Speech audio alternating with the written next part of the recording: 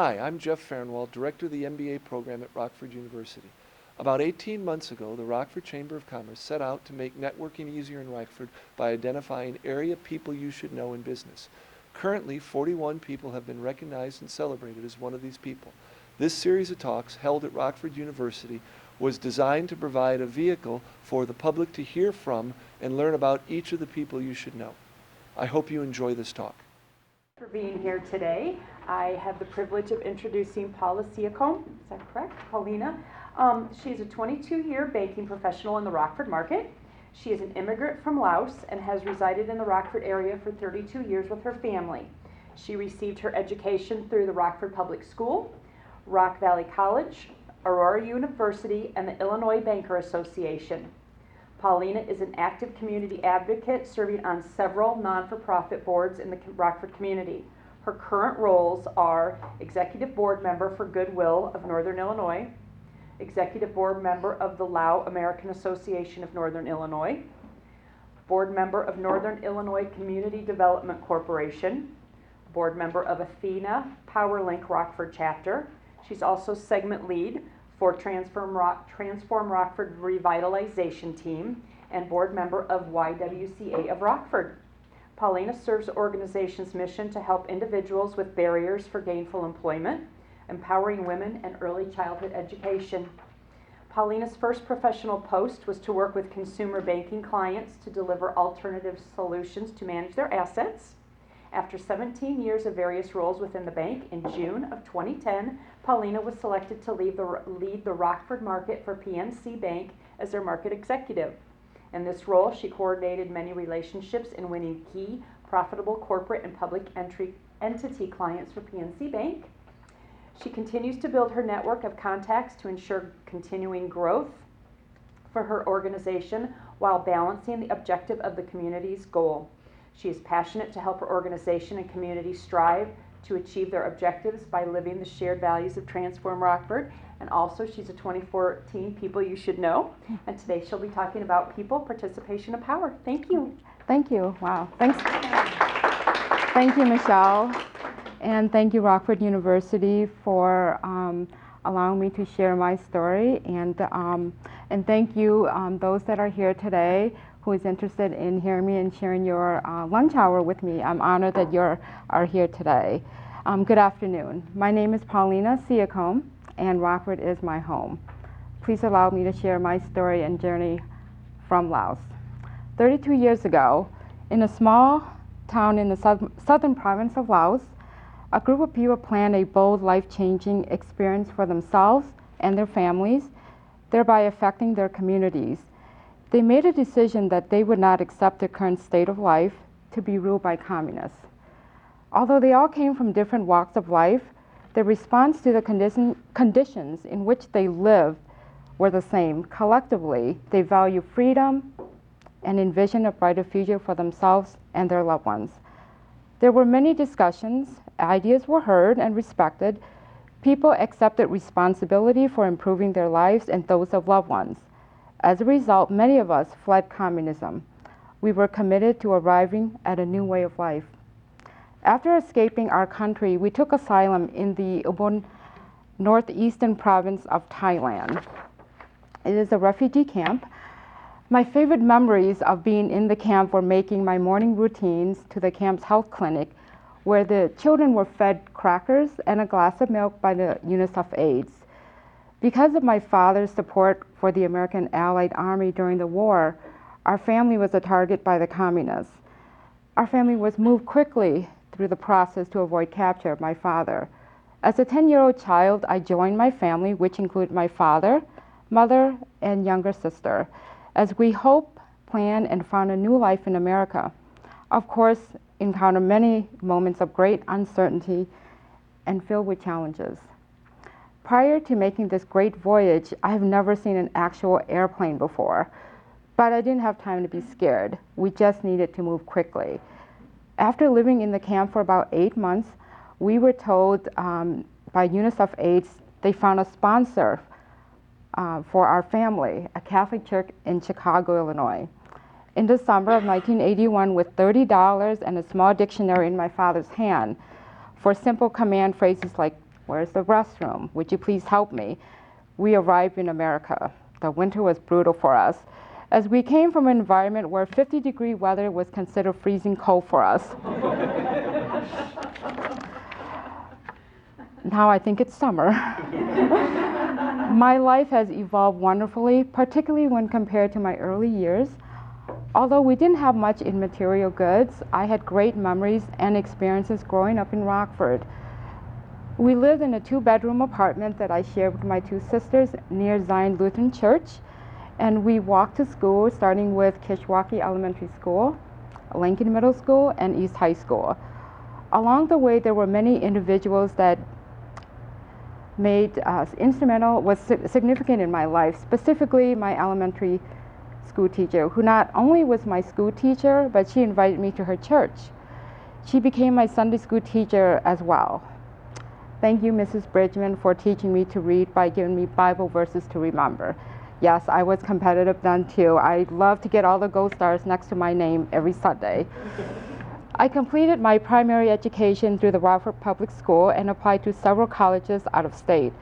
I did so knowing I was not going to attend these schools because I was the oldest sibling and my parents depended on me to help with my siblings for childcare and also be translator for them for their everyday living and encounters. I wanted to see if I would be accepted, and I was. While attending Rock Valley in 1992, our neighbor told me they were looking for a part-time customer service associate to work their Sunday hours at the local bank. For some strange reason, they were having a hard time filling these Sunday hours. I jumped at the opportunity as it was a chance for me not only to have a job, but for me to help many of my community members who did not utilize the banking system. They were not comfortable or familiar with the bank products and services. We didn't have a banking system out in the rural area of Laos, where many of the majority immigrants who reside in Rockford came from. Not only was I the banker, I became a role model for their children, as I was viewed as an encouragement for them that a career is possible behind a desk, not just in the factory or in the farm field. The country where we come from, if you're born a farmer, your children become a farmer, and generation after generation. I am grateful that my family came to Rockford. It is a great place for a family to build a new life, far more than I've ever dreamed or expected it to be. I'm living the American dream right here in Rockford. With volunteering for Transform Rockford movement, it gives me an opportunity to share my experiences and the number of resources in our region that I encountered that led me to who and where I am today. My family created a new life that has been wonderfully different from what we left. I have lived the power of intention to transform a situation. My husband and I have 2 children who were born into a life of promise. We want them to thrive in Rockford, and we want them to see this as a great place to live, work, and grow after completing college. Today, I have a new set of dreams. I envision a transformed Rockford, a Rockford that emerges from recognizing the power of collective participation. Thank you for sharing this dream with me this afternoon. Thank you. Any questions? Hi, Phil. Selfishly, can you tell a story about your mom's first employment opportunity? Absolutely. It is my honor to share with you that my mother, who has always been a housewife in our country, never really had a job. I wouldn't say she had a job. She was a mom. She was a wife. But she didn't have a job outside of our home. So when we came to Rockford, I don't know if you guys remember the Ability Center on Kishwaukee School. So we live, as I mentioned, right next to Zion. She would walk to school, and there was a program for Indochina individuals, and she went to work at Goodwill, sorting clothes. And she was not only proud she received a paycheck, but it also gave her a sense of independence. And I can tell that resonated with me as a young woman, saying, wow, you can get your own check. That's great. And my father was very progressive in that he encouraged all three of us, there were three girls in our family. As you know, in my culture, male children are highly regarded, and females are, well, they're just there. And but my father was very progressive, and he encouraged us to go beyond what our culture or our community expected us to. And so I am honored that my mom worked for Goodwill, and that's why I feel passionate. In fact, I can share with you, when I first came to America, we were in Chicago, and our host family that sponsored us actually took the four of us to a store. I didn't know it was secondhand goods or Goodwill. I just knew it was a store. As I mentioned, I showed up in Chicago in December. It was a little cold, still in my flip-flops, and we were told we can pick out 2 outfits. And I was just ecstatic. I'm like, you mean I can take anything from here? So I picked out a cheerleading outfit. I didn't know, so I thought it was cute. I don't know. So, but yeah, so Goodwill has changed my family's life, not only for me personally, but for my mother, and I feel honored that I am working with Goodwill as a board member. Hi, Joe. What brought you to your view on involvement in the community? Again, given your background, that wouldn't have been a normal. I mean, it would have been involvement in the community, and that people are working with other people. But you've taken community as a larger sense. So, how did you evolve in terms of taking on a responsibility to be involved and help lead the community? Well, I have to thank my grandmother in our village. In our country, so my father was in the service. My mother had to work, cleaning houses and whatnot. So I stayed mostly with my grandmother. And looking back now, I didn't know who Mother Teresa was, but I think of her as Mother Teresa. We had we had a lot of Amerasian children in our community. So those children were not viewed positively, and sometimes they were, viewed as kind of a negative afterthought of the war, right? So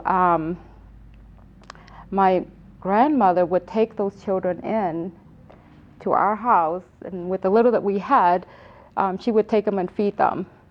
And so that's kind of how I, see myself as, doing the work of my grandmother. I just thought that's what you do. You take care of everybody, So it wasn't anything new. And what challenges do you find now heading up a spoke for Transform Rockford? There's definitely silos in our communities, but I think we all have the same passion. We just need to, I think, increase our communications within the different communities and different groups. Even amongst my own Laotian community, as I share with you, Jeff, there are 5 different groups within the Lao community. And the Lao community is a small community. We probably have about 1,300, 1,500 individuals that live in the region. So even amongst our own community, we are not speaking to each other. But I'm happy to report that after 35 years, we just hosted our 2nd annual community picnic graduation last Sunday. We had about 200 in attendance. And then the visioning session for Transform Rockford was actually the first meeting that all the Laotian, Christian, Buddhists, and Hindus, etc., all came together after 35 years of silos. And so it was a hard process to go through, as Jeff knows. But when Lorraine came to me and asked, we'd like to get the Laotian involved with the visioning session of Transform Rockford, okay, who do we call? And I said, well, you have to call 5 different people. So we didn't, and I think, for Lorraine, she didn't know that was happening within our own community. So, but I took on the challenge, and I knew a couple of key individual leaders in the Lao community that would help me with that effort, and that had the same view as I have. and who grew up in who grew up in America, and so they weren't thinking like the old ways of thinking. So we went to 5 different churches and different temples 3 times, and did the invite, and it was like a family reunion. And Jeff, you can attest, you were there. They were taking pictures and hugging each other, and even though they still view certain things differently, political and religious, but I try to express to them. I said, we all have the same dream and passion for our family and our kids and our community. Let's just focus on those things. And so, and they noticed that my intentions is not trying to gain personally. And if anything, they see me as a non-threat because I'm not trying to advance myself personally. They see the hours that I put in. And I even bring in my children to volunteer, so I'm sure I'm in trouble with slave labor or children labor or something, I don't know, child labor. But at every event, you'll see my kids stuffing bags and passing out papers. So they see the passion that it's a true intent, and I think that's what resonates with the community. I'm sorry. How have you been able to keep with your ethnic heritage with your children throughout the time here in America so that they remember their roots? Sure. We speak Laos at home. They respond back in English. You text them? We try not to have the phone at home, but we do speak Laos at home, and my children actually attend Christian school. They go to the temple with my parents, but we speak Laos. We cook Lao food. My parents is a child care for me on occasion when I have meetings and out-of-town events. Although my son will tell you that he's not Laos, he's American, which he's right. He goes, I'm not Laotian, I'm American. So, in fact, a couple of weeks ago, we went to a birthday party, a Laotian birthday. There's tons of great Laotian food. My son asked me to stop by Papa John's to get pizza. So we showed up at the party with our box of pizza for my son. So, yeah. Mm-hmm. I was just going to ask, since that Uh-huh. first meeting, that first transfer visioning session Mhm. with the Laotian community, Mhm. have you seen since then that they've continued to come together and stay, stay more united? Yes. Have you seen that? Yeah. It's been a slow process, as you know, but in fact, I just received recognition from legislators Joe Sanowski's office for our efforts. So he gave us state recognition, and he was at our event on Sunday. And I think I am resonating with my community members that this is for the benefit of our community. We are very passionate for our people, and I wanted not only to be a role model in the business world, but I wanted to be a role model in the civic world as well. So given all that you've been through, Mm-hmm. what advice do you give to other people in terms of how to be effective leaders? Sure. I mentor a couple of young Laotian today. One of the, a couple things that I always tell them is always be true.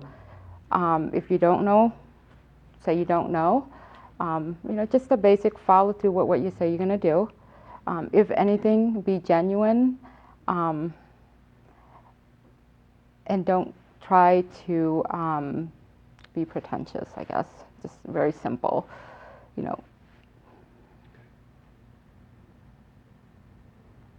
In our culture, we're very reserved individuals. Believe it or not, I was really quiet back then. I was actually, in high school, I actually finished a year early, but I couldn't leave school. I had to continue. So I actually was the teacher's aide in my French class. As you know, French colonized our country for many years. So I took French for about 6 years, and so I thought I could communicate with my dad. So I was trying to impress my dad. Well, speaking of your dad, I was wondering, when you first came here Mhm. to Chicago, what did he do? And then how is it that you ended up in Rockford? Great question. So we lived in Chicago for about 8, 9 months, and then my father went to one of these Laotian community meetings, and he met a gentleman from his small village who lived in Dixon, Illinois, and say, hey, come to Dixon, it's like our small village, it's just like where we came from. So he invited my father to go live in Dixon, so he took the family from Chicago to Dixon, and then I found out we were only the two in Dixon that were Laotian. So, and so that was an interesting experience. I do remember being called racial slang, and I didn't know what the word meant, so I went home and looked it up. It wasn't in the book because it was a slang. So.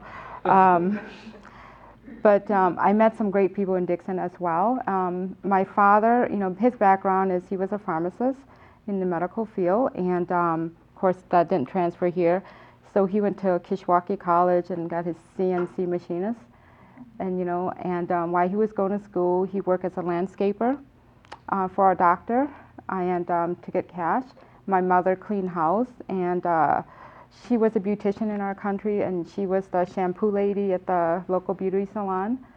And so after a couple years in Dixon, due to lack of job opportunities, we left Dixon and then came to Rockford. And my father worked at Gates Rubber Company and retired from there. So yeah, pharmacy to machinist. Mm-hmm. Totally different question you may Mhm. not be able to answer. But now putting your banking hat on, Mm-hmm. what are you hearing from the U.S. banking industry right now, if anything, at the local level, based on what's happening in Greece right now?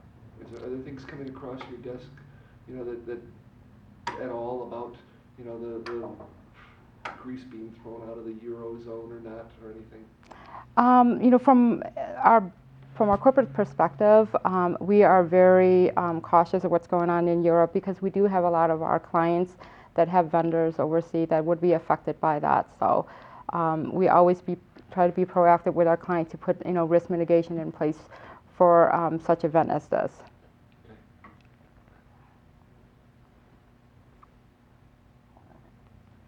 Do you have, with PNC Bank and your position with it Mhm. now, are you able to suggest any type of mentorship and internship within the banking system for those that are interested in that?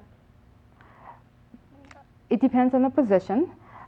Because we come across confidential information, and so it's hard for us to bring in young students, whether high school or college, because they're going to be able to see sensitive information that it's personal. So, but if it's a backroom type operation, certainly. But those positions are typically at corporate level. So what you have here at the local level, it's more client facing and business development and relationship management, a portfolio, which is typically a book of clients. So I just kind of took it upon myself to go on the outside and mentor, from my own self, because I benefited from people that took interest in me, and outside of banking, they were just interested in me.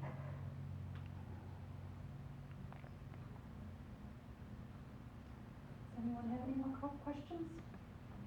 What are your personal goals for your children? Be independent. Good. Moving out, right? Moving out, independent. I envision them to be independent and self-supportive, but also to maintain their heritage and to keep the values. Why it is important not to only to personally be successful, but to collectively be successful as a community.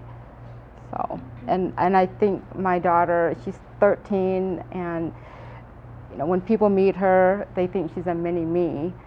So I actually took her to a political event earlier during the governor's race, and she actually wrote a paper about her experience and what that was like, and some suggestions that she had.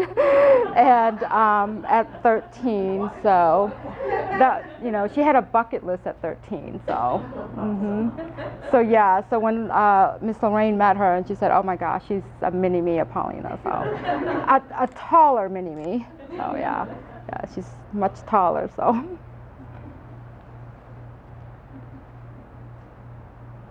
Paulina, thank you so much for being here today. Thank you. Especially for